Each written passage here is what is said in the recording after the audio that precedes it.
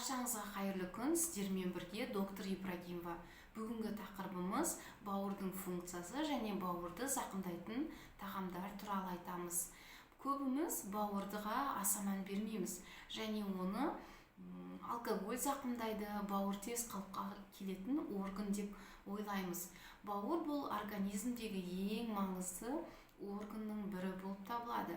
Оның қызметі детоксикация, яғни токсиндерді залалсыздандыру болып табылады. Бауыр қызметі төмендегенде ағзада әртүрлі өзгерістер, белоктың сіңірілуі, гормоналды фонның өзгерісі, оң жақ қабырғасының ауырсынуы, таңертең жүрек айнуы, денедегі жағымсыз иіс, денедегі пигментацияның күшеюі, қызылдақтардың пайда болуы мүмкін. Бауырды зақымдайтын тағамдар. Олар алкоголь, рафинирленген көмірсулар, қант, фруктоза, дәрілік заттар, статиндер, витаминдер, синтетикалық витаминдер және майлы, жоғары температурада қуырылған тағамдар болып табылады.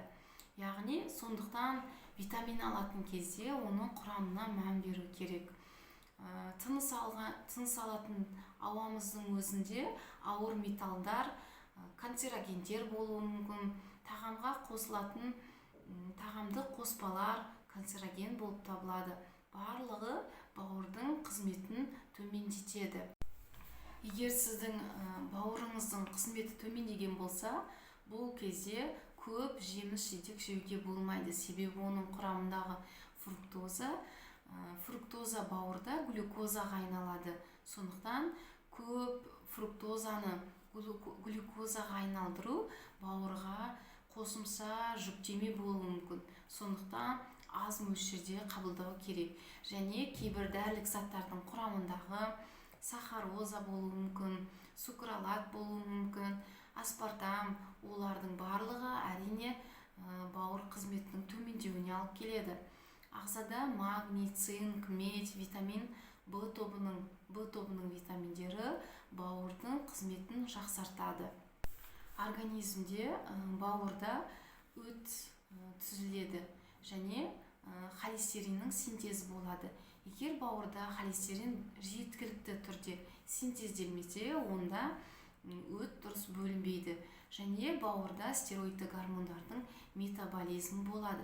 Сондықтан бауыр қызметі төмендеген кезде әйел адамдарда предменструальный синдром, яғни етеккір синдромы, фиброзды кистозды мастопатия болуы мүмкін, геморрой, варикоздың да пайда болу себебі өттің дұрыс бөлінбеуі, бауыр қызметінің төмендеуі болады.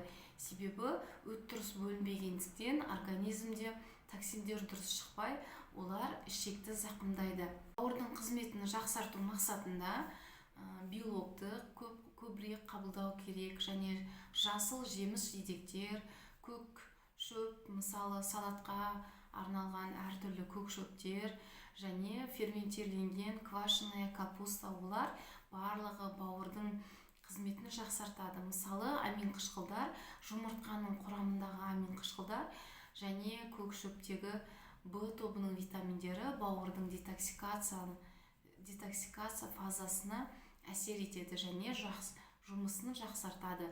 Бауырдың функциясының төмендегенін қан анализ арқылы білуге болады. Яғни оның ферменттері билирубин, алат, асат дегеннің жоғарылауы болса, бауырдың қызметінің төмендеуі болып табылады.